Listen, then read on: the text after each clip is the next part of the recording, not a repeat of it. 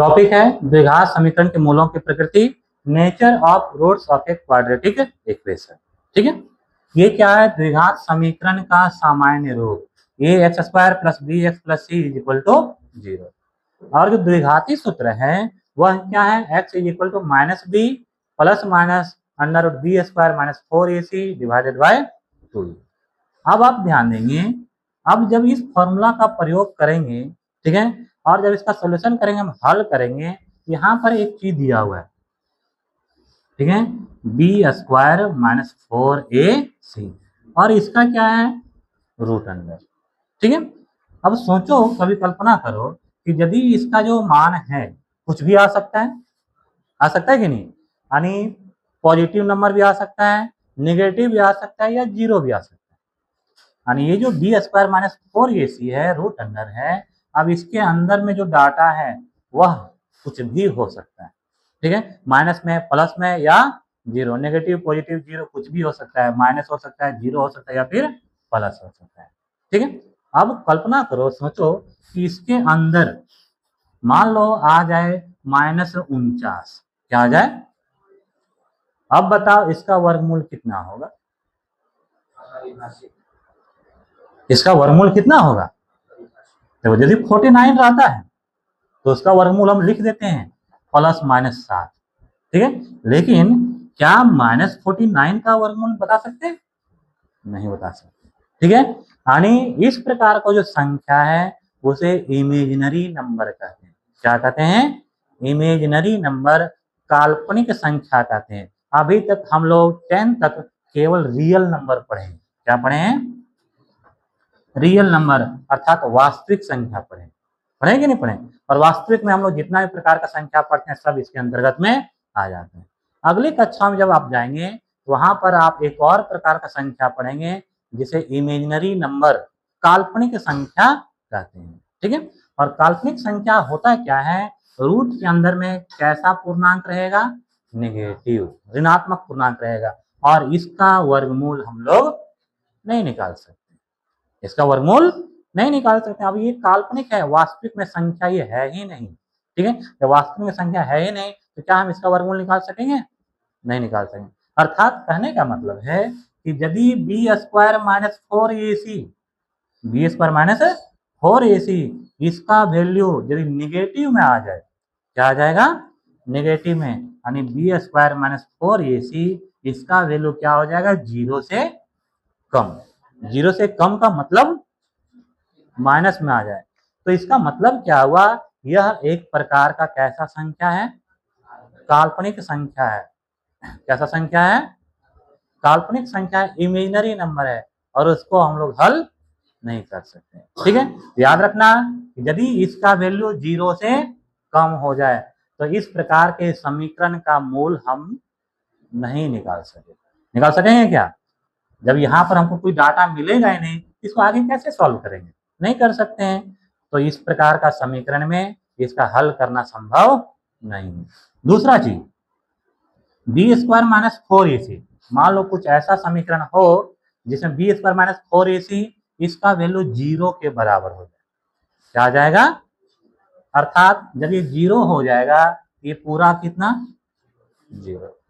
पूरा क्या हो जाएगा? 0। फिर ये प्लस माइनस का कोई औचित्य रह जाएगा क्या? यानी ये भी 0, केवल क्या बचा?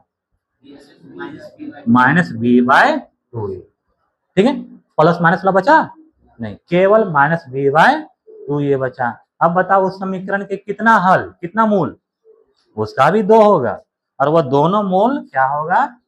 यही होगा, minus B by 2a minus B by 2a।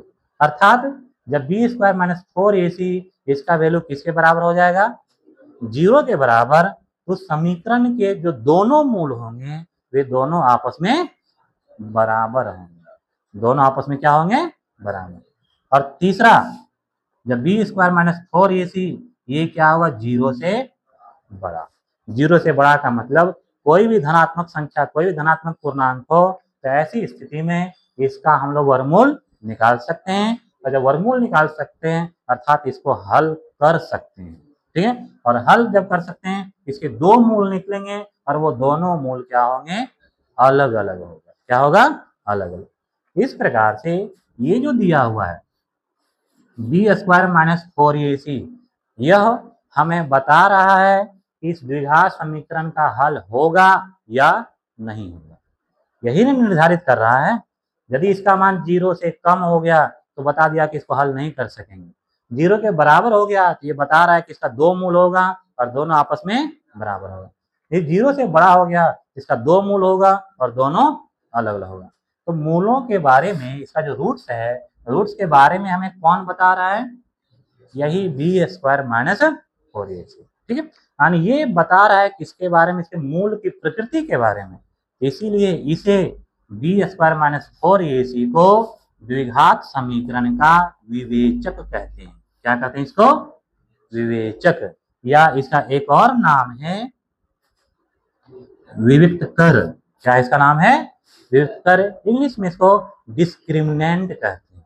क्या कहते हैं? डिस्क्रिमिनेंट कहते हैं। और इससे किससे सूचित किया जाता है?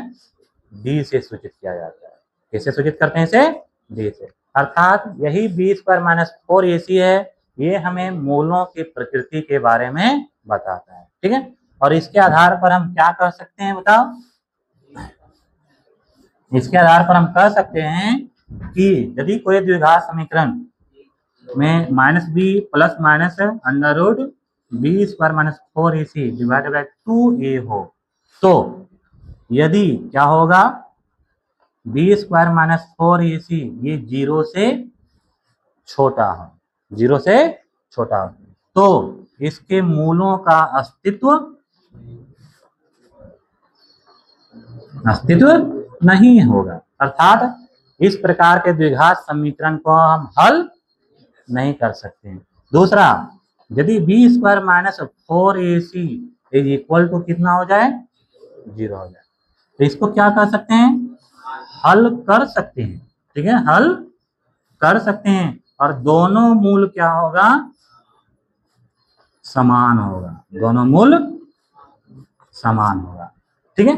तीसरा, यदि बी स्क्वायर माइनस 4ac ये ग्रेटर देन 0 हो, ग्रेटर देन 0 हो, इसके दोनों मूल जो होंगे, ठीक है, ये क्या होगा? असमान होगा और वास्तविक होगा, ठीक है। इस प्रकार से ये जो बी स्क्वायर माइनस 4ac है, इसे द्विघात समीकरण का क्या कहते हैं? विविक्त कर, ठीक है, या फिर विवेचक, ठीक है। और इसी को किससे सूचित करते हैं? डी से सूचित करते हैं, ठीक है। यदि हमें पहले पता कर लेना पड़ेगा कि क्या इसमें किस प्रकार का डाटा है, ऐसा नहीं ये द्विघात समीकरण मिला और उसका हल करना प्रारंभ कर दिए, लास्ट में परेशान हो जाएंगे, हल नहीं कर सकेंगे। तो पहले आपको क्या करना है? इसका वैल्यू हम अलग से निकाल लेंगे, ठीक है, इसका वैल्यू अलग से निकाल लेना है। निकाल कर देखना है कि यदि ऋणात्मक आ गया, माइनस में आ गया, तो उसमें ज्यादा परेशान नहीं होना, उसको हल कर ही नहीं सकेंगे, ठीक है। यदि बड़ा या बराबर आ गया तभी आप आगे बढ़ेंगे, अन्यथा यदि छोटा आ गया तो उसको वहीं पर लिख देना है कि यहाँ पर इसका वैल्यू 0 से कम है, ऋणात्मक है, इसीलिए इसे हल करना संभव